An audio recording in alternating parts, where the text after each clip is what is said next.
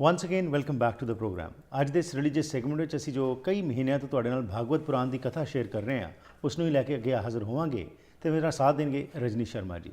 ਜਿੱਥੇ ਰਜਨੀ ਸ਼ਰਮਾ ਜੀ ਸਾਡੇ ਕੋਲ ਸਟੂਡੀਓ ਦੇ ਵਿੱਚ ਆ ਕੇ ਹਰ ਹਫਤੇ ਕੋਈ ਨਾ ਕੋਈ ਪਰਲਸ ਆਫ ਵਿਜ਼ਡਮ ਸ਼ੇਅਰ ਕਰਿਆ ਕਰਦੇ ਨੇ, ਉਸ ਦੇ ਨਾਲ ਹੀ ਹੁਣ ਸਰੀ ਦੇ ਲక్ష్ਮੀ ਨਾਰਾਇਣ ਮੰਦਿਰ ਦੇ ਵਿੱਚ ਹਰ ਇਤਵਾਰ ਨੂੰ ਦੁਪਹਿਰ ਦੇ 12 ਵਜੇ ਇਹ ਭਾਗਵਤ ਗੀਤਾ ਦੀ ਜੋ ਕਥਾ ਹੈ ਉਹ ਸੰਗਤਾਂ ਨਾਲ ਸਾਂਝ ਪਾ ਰਹੇ ਨੇ।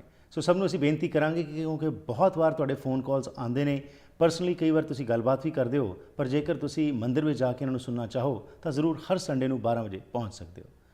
ਅੱਜ ਦੇ ਇਸ ਪ੍ਰੋਗਰਾਮ ਵਿੱਚ ਫਿਰ ਸਵਾਗਤ ਕਰਦੇ ਹਾਂ ਰਜਨੀ ਸ਼ਰਮਾ ਜੀ ਦਾ, ਤੇ ਆਓ ਫਿਰ ਤੋਂ ਤੁਹਾਨੂੰ ਜੋੜਦੇ ਹਾਂ ਭਾਗਵਤ ਪੁਰਾਣ ਦੀ ਉਸ ਕਥਾ ਨਾਲ ਜਿਹੜੀ ਕਿ ਕਈ ਮਹੀਨਿਆਂ ਤੋਂ ਅਸੀਂ ਉਸ ਦੀ ਸਾਂਝ ਪਾ ਰਹੇ ਹਾਂ। स्वागत करते हैं रजनी शर्मा जी का। वेलकम टू द प्रोग्राम जी। Thank you. So Rajni ji, आज चाहेंगे कि भागवत पुराण की जो हमने सीरीज शुरू की हुई है, बहुत सारे पर्ल्स ऑफ विजडम जो हर बार आप शेयर करते हैं, क्योंकि हमेशा ये बात कहते हैं कि जो हमारा इतिहास है हमें उस पर गर्व है, हमें मान होना चाहिए, लेकिन सिर्फ मान तक ही वो बात सीमित मत रह जाए। उसमें से हम क्या डिड्यूस कर सकते हैं और कैसे उसको हम इम्प्लीमेंट कर सकते हैं अपने जीवन में, उसके ऊपर हम हमेशा ही फोकस करते हैं। तो राजा परीक्षित की स्थिति जो है, आप कई महीनों से हमें बता रहे हैं कि क्या चल रहा है, कैसे उनमें वो परिवर्तन आ रहा है, क्या क्या जीवन में उन्हें चीज़ें देखने को मिल रही हैं, क्योंकि जब समा अंत का हो और तब इंसान जो है हर चीज़ और भूल जाता है, उसका यही होता है कि आत्मिक उन्नति कैसे हो सके। और डेफिनेटली जो आपने हमें पिछले कुछ महीनों में बताया, तो उन्नति आध्यात्मिक तौर पे बहुत हुई है उनकी। सो आज आप क्या शेयर करना चाहेंगे? जी हरप्रीत जी, जिस तरह से 7 दिन हमने कहा था, और फिर जब भगवान कृष्ण की कथाएं शुरू की थी शुकदेव मुनि ने, तो उस वक्त 5 दिन और गुजर चुके थे।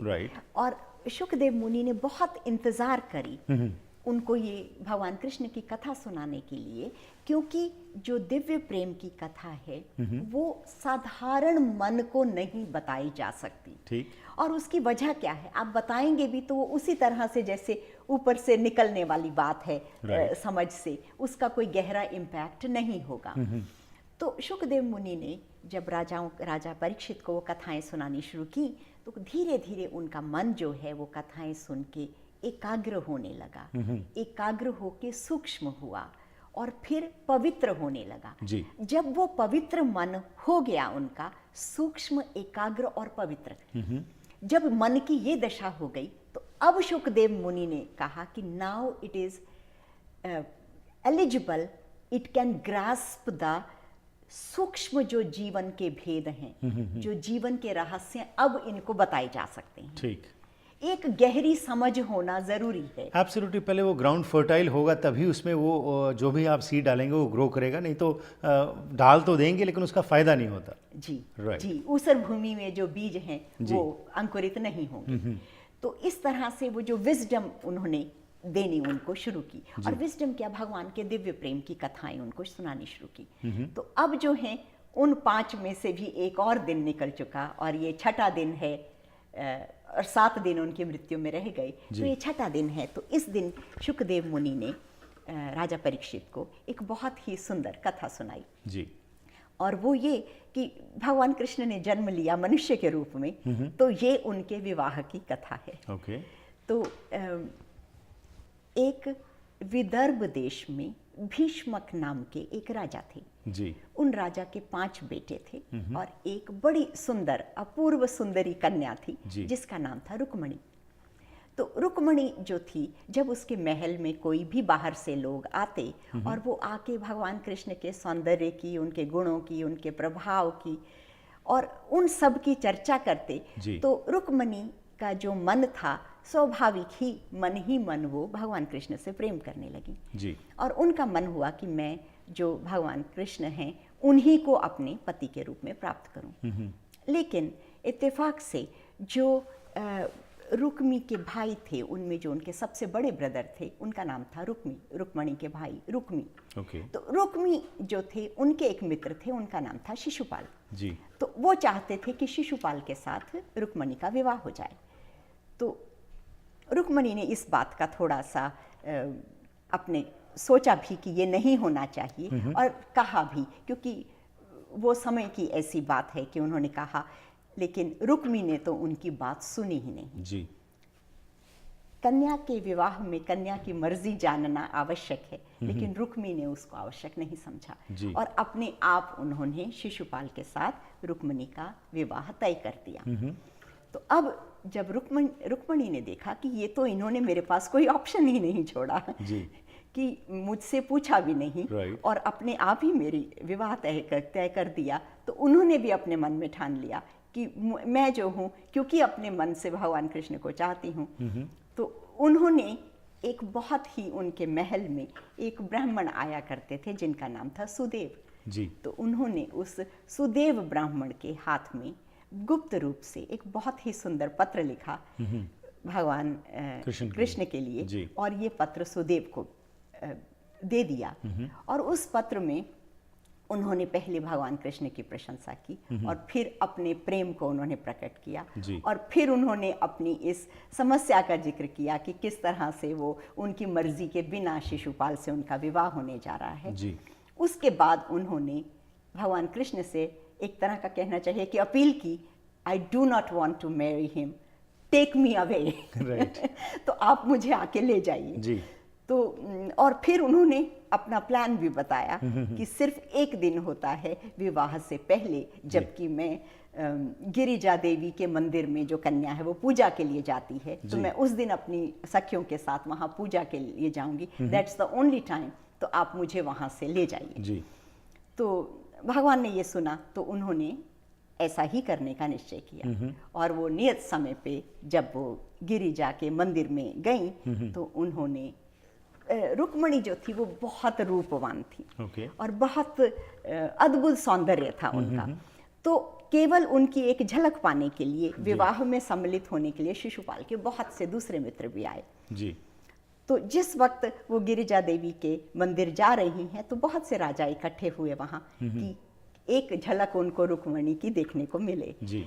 तो भागवत पुराण में ऐसा जिक्र आता है कि उनका सौंदर्य ऐसा अनुपम सौंदर्य था कि जब उन राजाओं ने देखा रुक्मिणी के सौंदर्य को तो वो कुछ लोग तो उनमें बेहोश हो गए, अपनी चेतना उन्होंने खो दी, इस तरह का सौंदर्य था। तो उस टाइम पे जिस वक्त कि वो राजा अचेत हो गए हैं जी।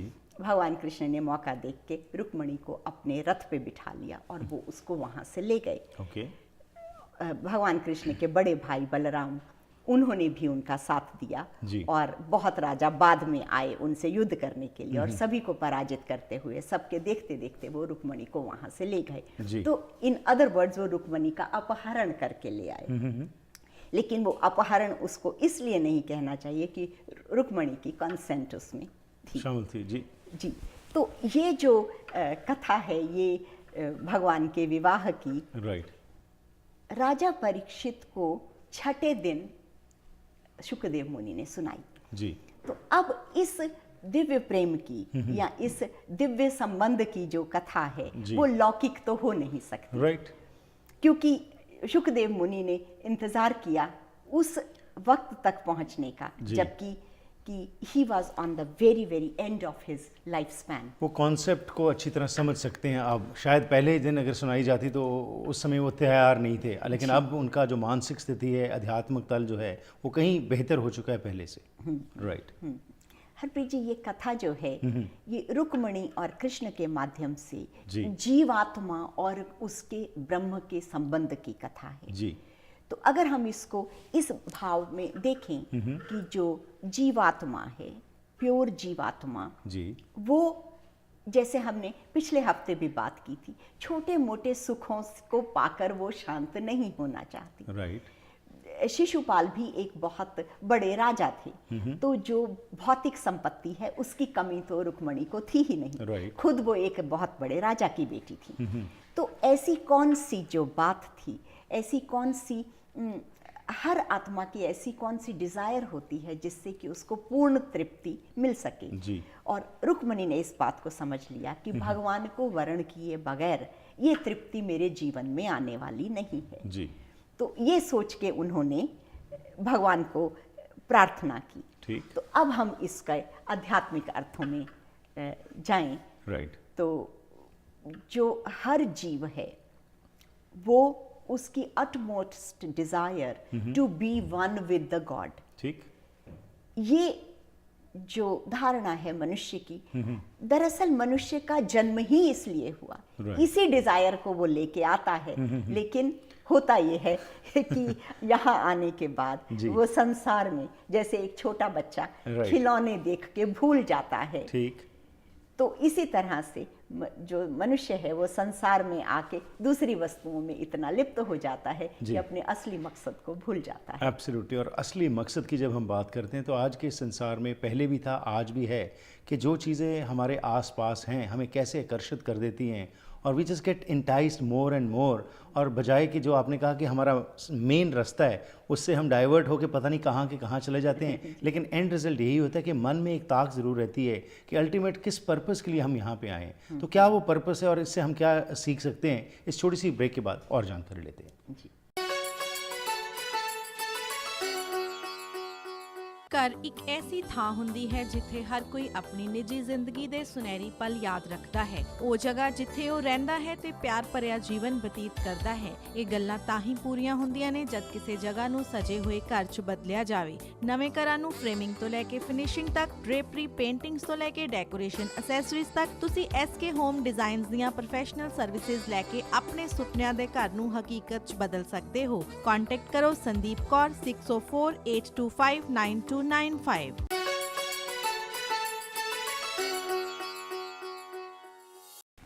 ਸਵਾਗਤ ਕਰਦੇ ਹਾਂ ਜੀ ਇੱਕ ਵਾਰ ਫਿਰ ਆਪ ਸਭ ਦਾ ਅੱਜ ਦੇ ਇਸ ਰਿਲੀਜੀਅਸ ਸੈਗਮੈਂਟ ਵਿੱਚ। ਰਜਨੀ ਸ਼ਰਮਾ ਜੀ ਸਾਡੇ ਨਾਲ ਜੋ ਸਾਂਝ ਪਾ ਰਹੇ ਨੇ, ਜਿਹੜੀ ਕਥਾ ਸ਼ੇਅਰ ਕੀਤੀ ਹੈ, ਉਸ ਵਿੱਚੋਂ ਕੀ ਅਧਿਆਤਮਕ ਪਲ ਹੈ, ਪੱਖ ਕੀ ਅਸੀਂ ਲੈ ਸਕਦੇ ਹਾਂ, किस तरह से उसको समझना है, और इसके बारे कुछ और जानकारी लेने जी।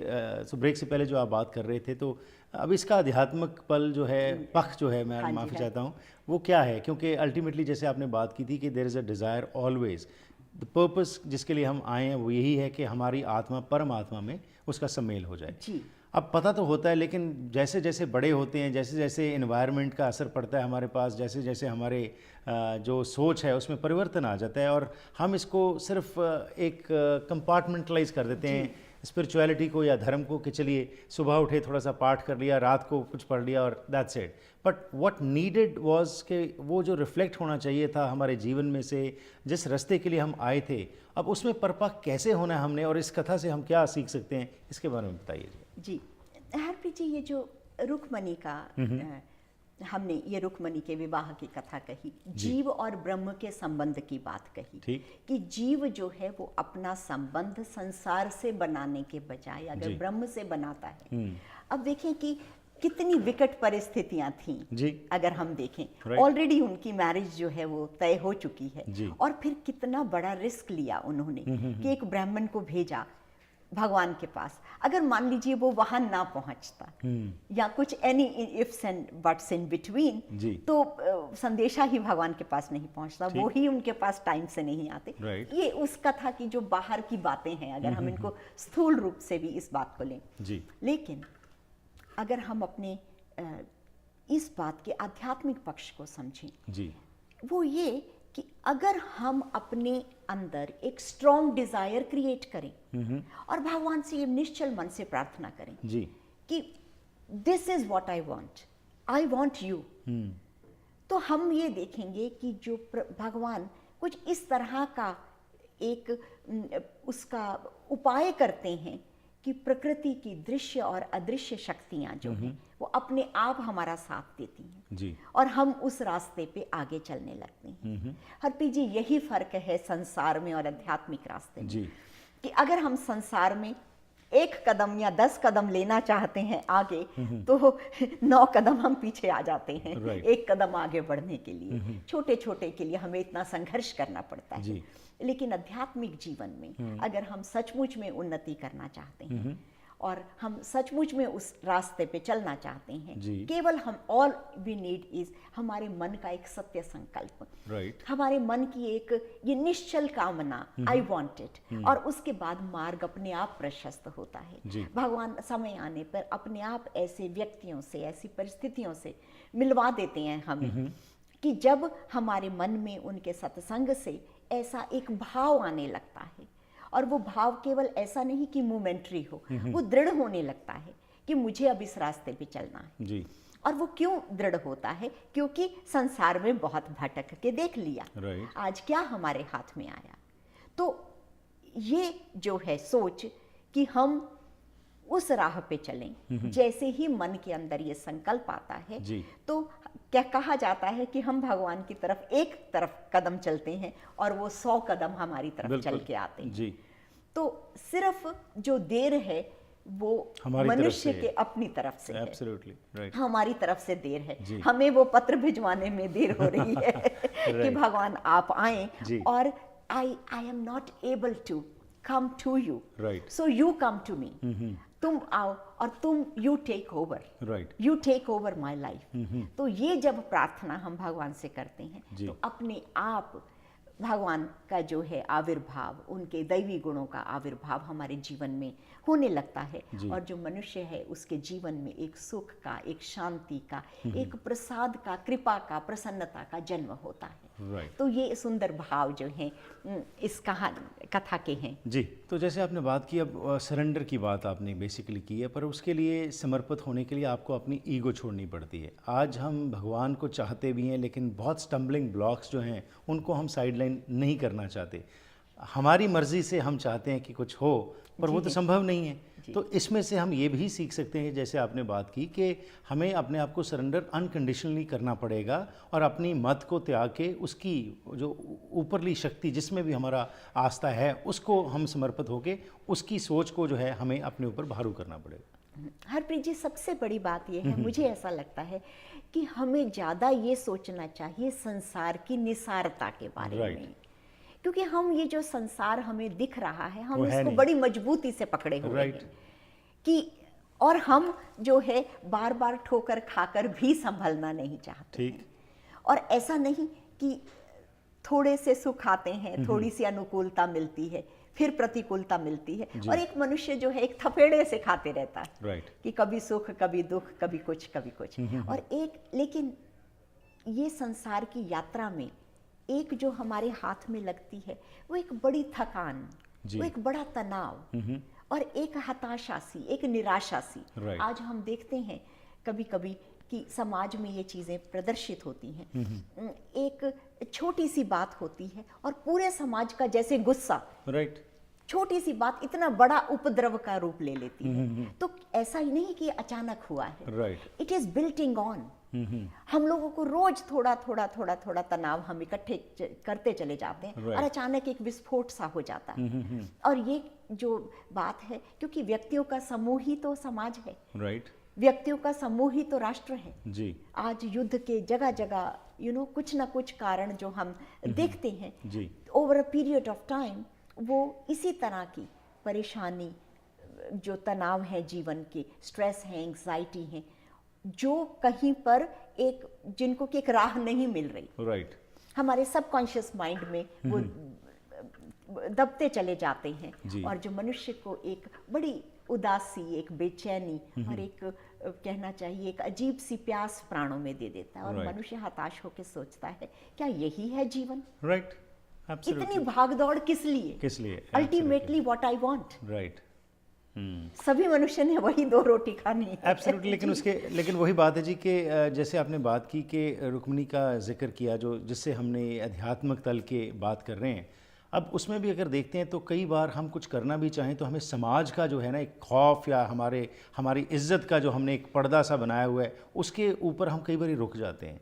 अब उसके लिए इसमें से आप क्या समझते हैं कि जैसे रुक्मिणी ने ये स्टैंड लिया, नहीं तो उस समय में ये बहुत बड़ी बात है कि विवाह होने वाला है और आप एक चिट्ठी लिख के आप कह रहे हैं कि नहीं मैं नहीं करना चाहती। उस समय आज भी समाज में हम इन चीज़ों को एक्सेप्ट नहीं करेंगे, लेकिन आध्यात्मिक पल पे जब हम बात करते हैं तो उसके अंदर तो यही चीज़ आती है कि दृढ़ निश्चय था, और जैसे आपने बात की कि फुल डिटर्मिनेशन जब तक नहीं आती तब तक आप उस रास्ते पे चल ही नहीं सकते। वो जब you want to be on this side also and that side also, आज हम कथा कहानियाँ या पाठ वगैरह करवा के हम समझते हैं कि हमने अपना कार्य पूरे कर लिया। I don't think so. जो आप बात कर रहे हैं उसके लिए आपकी स्ट्रॉन्ग डिटर्मिनेशन जो है कि आप इस रास्ते पे चलना चाहते हैं और इससे कुछ सीखना चाहते हैं, जब तक वो नहीं होगी तब तक वो जो पैंडे की आपने बात की कि 10 कदम हम चलेंगे तो भगवान 100 कदम आएगा, तब तक शायद नहीं होगी। जी जी हरप्रीत जी, ये अच्छी बात है, लेकिन इस कथा में अध्यात्म के अलावा इसका एक सामाजिक पक्ष भी आप देखें।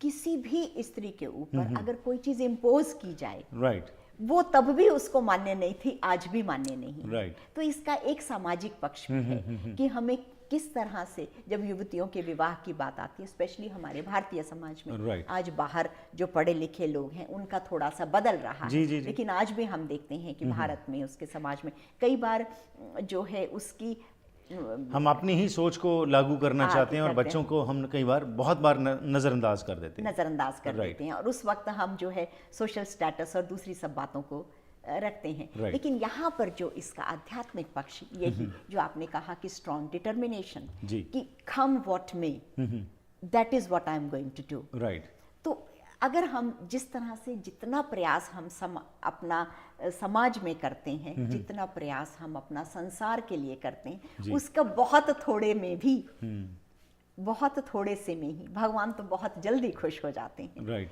वो तो हर जीवों के सुहृदय हैं। तो जैसे ही हम हृदय से उनका ध्यान करते हैं, हृदय से प्रार्थना करते हैं उनकी, तो हमारी जो वो डिजायर्स हैं प्योर हार्ट की, they are fulfilled right away. Right, और उन डिजायर्स को, जो प्योर डिजायर्स हैं हमारी, जब वो फुलफिल होती हैं तो जीवन में एक बड़ी तृप्ति लाती हैं, जो कि संसार की डिजायर्ड फुलफिल्ड होने में नहीं है। राइट, और उसकी वजह क्या है कि संसार में जैसे ही हमारी एक इच्छा पूरी होती है, उसके साथ ही 10 नई का जन्म हो जाता है। ठीक, और जो मनुष्य की दौड़ है वो कहीं खत्म होने में आती नहीं, क्योंकि और आगे और आगे और ज्यादा और ज्यादा, absolutely, there is no limit to it. बिल्कुल जी। बट दैट लिमिट जो आपने बात की, अगर हमारी सोच में ये परिवर्तन आ जाए फिर तो कोई समस्या ही ना रह जाए। और आस यही करते हैं कि इन बातों के ज़रिए जो हम डिस्कशंस करते हैं, डायलॉग करते हैं, इसमें से हम कुछ ना कुछ ज़रूर सीख सकें और अपने से शुरुआत करके चेंज ला सकें। आपका बहुत बहुत धन्यवाद। ये छठा दिन था, आपने जो बोला कि आज वहाँ तक हम पहुँच चुके हैं। सो अगले हफ्ते 7th डे में कौन सी, क्या परिवर्तन राजा परीक्षित की जो अब ये सोच है उसमें क्या होता है, इसके बारे हम जिक्र करेंगे। आपका बहुत बहुत धन्यवाद। Thank you for your time. Thank you. ਇਸ ਦੇ ਨਾਲ ਹੀ ਕਰਦੇ ਹਾਂ ਜੀ ਅੱਜ ਦੇ ਇਸ ਪ੍ਰੋਗਰਾਮ ਦੀ ਇੱਥੇ ਹੀ ਸਮਾਪਤੀ। ਰਜਨੀ ਜੀ ਨਾਲ ਡਾਇਰੈਕਟਲੀ ਗੱਲਬਾਤ ਕਰਨੀ ਹੋਵੇ ਤਾਂ 6045949806 ਤੇ ਫੋਨ ਕਰ ਸਕਦੇ ਹੋ। ਉਸ ਤੋਂ ਇਲਾਵਾ ਜਿਸ ਤਰ੍ਹਾਂ ਮੈਂ ਪਹਿਲਾਂ ਵੀ ਦੱਸਿਆ ਸੀ ਕਿ ਹਰ ਸੰਡੇ ਨੂੰ ਦੁਪਹਿਰ 12 ਵਜੇ ਲక్ష్ਮੀ ਨਾਰਾਇਣ ਮੰਦਿਰ ਸਰੀ ਦੇ ਵਿੱਚ ਇਹ ਭਾਗਵਤ ਗੀਤਾ ਦੀ ਕਥਾ ਜੋ ਹੈ ਉਸ ਦੀ ਸਾਂਝ ਪਾਇਆ ਕਰਦੇ ਨੇ, ਜਾ ਕੇ ਉੱਥੇ ਵੀ ਸੁਣ ਸਕਦੇ ਹੋ। ਫੀਡਬੈਕ ਸਾਨੂੰ ਜ਼ਰੂਰ ਦੇਣਾ 6046037555 ਜਾਂ ਫਿਰ ਈਮੇਲ ਜ਼ਰੀਏ ਵੀ ਸੰਪਰਕ ਕਰ ਸਕਦੇ ਹੋ harpreetsingh@gmail.com। ਇੱਥੇ ਹੀ ਲੈਣਾ ਆ ਗਿਆ, ਫਿਰ ਮੁਲਾਕਾਤ ਹੋਏਗੀ। ਤਦ ਤੱਕ ਗੁੱਡ ਬਾਏ।